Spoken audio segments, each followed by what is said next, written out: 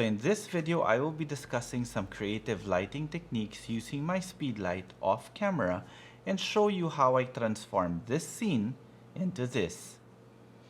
So hi everyone, this is Jiggy, a portrait and wedding photographer from the Philippines, and welcome to the channel. So before anything else, if you guys haven't subscribed to the channel and would want to learn more about off-camera flash photography or maybe just photography in general, then this channel is for you. So you might want to consider subscribing, and while you're at it, click that notification bell so that you get notified every time I upload a new video. And if you want to see more of my images, you could always find me on Instagram. It's at Jiggy Alejandrino. So in this video, I am once again taking you behind the scenes during one of my engagement shoots in El Nido, Palawan. Now the backstory of this shoot was when we were driving along the highway, I was talking to the couple who were based in Palawan, or actually not based in Palawan, but they were from there. If you guys are not familiar, Palawan is in the southernmost part of the Philippines, I think, if I'm not mistaken. Yes, southernmost part of the Philippines, and it's beautiful. It's really fantastic. The beaches are fantastic. Everything's a sanctuary, so there's so much wildlife there too. But that's not what I will be discussing today, or what I will be showing you today. So while we were actually in the car, they were telling me that the Palawan has their own version of the cherry blossoms, and they kind of showed me the trees, and I was like, you know what, that would make a good shoot. So we decided to just stop in the middle of the road and shoot a waiting shed with the cherry blossoms of the Philippines, and that's what I'm going to be showing you now. All right. So please forgive the fact that I covered my body because I wasn't really ready for a photo shoot.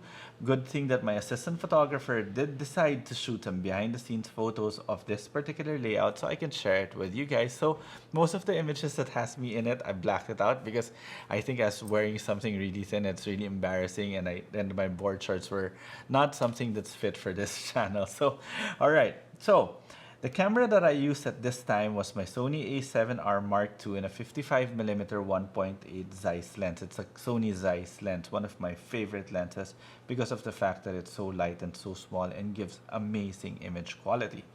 Now, this was a scene that I wanted to shoot. You could see this is the cherry blossoms of Palawan. Then, of course, I had them here in the waiting shed. Now, to bring out the real colors of this one, or of this tree, I obviously needed to underexpose my scene, so that's what I did here. I underexposed my scene. But by underexposing my scene, I now had a problem of how I was supposed to light them. I couldn't really put lights here because we are in the middle of the highway, so I decided, you know what, I'll put a light in the back. And that was really a big mistake, honestly. So, you know, guys, you may always see the final output. What I am showing you now is really the trial and error process, or the process of trial and error that I normally do while I am shooting, especially if it's in a situation that I really didn't plan for. So I was like, okay, let's put a backlight. That didn't work. It was ugly. So I decided to remove the backlight and focus maybe. And oh, well, actually, I didn't even remove the backlight yet. I decided to make him go behind, or go lower, or my assistant photographer go lower, to just give a rim light. However, having a rim light here, it didn't serve any purpose, meaning there is always this notion of you have a main light and a rim light. However, I always believe that every light should have a specific purpose. If there was a rim light there, my question would have been, where was the light coming from naturally? If you look at this image now, there's really no reason why they were supposed to have a rim light. So I'm like, okay, scrap that idea, okay. So I decided first to fix their main light. And as I said earlier, my problem was I couldn't really put a big, well, I didn't have a big modifier with me also at that time.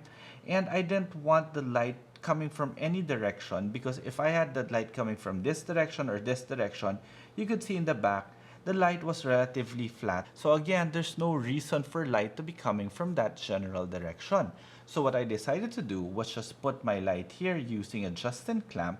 This light is just a standard speed light, and make it seem as if it's being illuminated by just artificial light coming from inside the waiting shed, which has a purpose. Most waiting sheds would always have artificial light like fluorescent lights or light bulbs in it just to illuminate the subjects inside, while to illuminate the people that are in the waiting shed.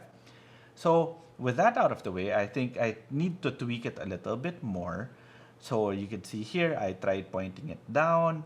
Instead of having it directly here, I twisted it so it pointed down. And it was, we're getting there. We were getting there. Now, I still couldn't give up this backlight. For some reason, I don't understand why during the shoot I was just so adamant about putting a backlight. Maybe I was just so tired. I don't know. I don't know what was going through my head, and I'll show you why again. Of course, I had to black myself out, right? Look at this. Again, there was no reason why. Again, my assistant photographer was right here holding on to another flash. There is no reason for light to be here. I couldn't understand really why I even put him there in the first place. Okay? So I made him then instead go towards here on the side of the road. This was one of the transport vehicles that we used during that time, or was it? But anyway, he was in a relatively safe area. And what I decided to do, hey, you know what? Scrap the idea of the background light and just have this light illuminating the tree, because we were there to shoot the tree anyway. Basically, well, the tree wasn't the hero, but it was supposed to be a part of the shot to show that there are cherry blossoms in Palawan. But of course, the hero was still the subject, and we wanted to make it as quirky as possible. That's why we had them reading a newspaper. I had the light here and just playing around and goofing around, and you could see this area is now properly illuminated. You could still see my flash here, but then I put it in a place where it was very easy for me to actually remove it, and this is the final image. All I needed to do was pull back and remove the flash here, illuminated the light. I had my light here to illuminate more of the tree. And there we go, some portraits creatively lit using a couple of speed lights. And to recap, basically what I did was I was playing around with some backlights, which I totally scrapped because it really was ugly. I needed to establish where my light was coming from. That's why I had it on a Justin clamp mounted on one of the beams in the waiting shed to give that natural looking light, because most waiting sheds do have light like that to illuminate the people inside. After which I decided to just scrap the idea of the light in the back and use that light to illuminate the cherry blossoms, or the Palawan cherry blossoms, which we wanted also in focus for this particular shot. And we just wanted everything quirky, and that was the final image that you are seeing. So I hope you guys liked this video, and if you have any questions, feel free to leave them in the comment section below. And again, if you do want to see more of my images, you could always find me on Instagram. It's at Jiggy Alejandrino. And if you did like this video, please do subscribe to the channel, like this video, and click that notification bell so that you get notified every time I upload a new video. Okay? Till the next video.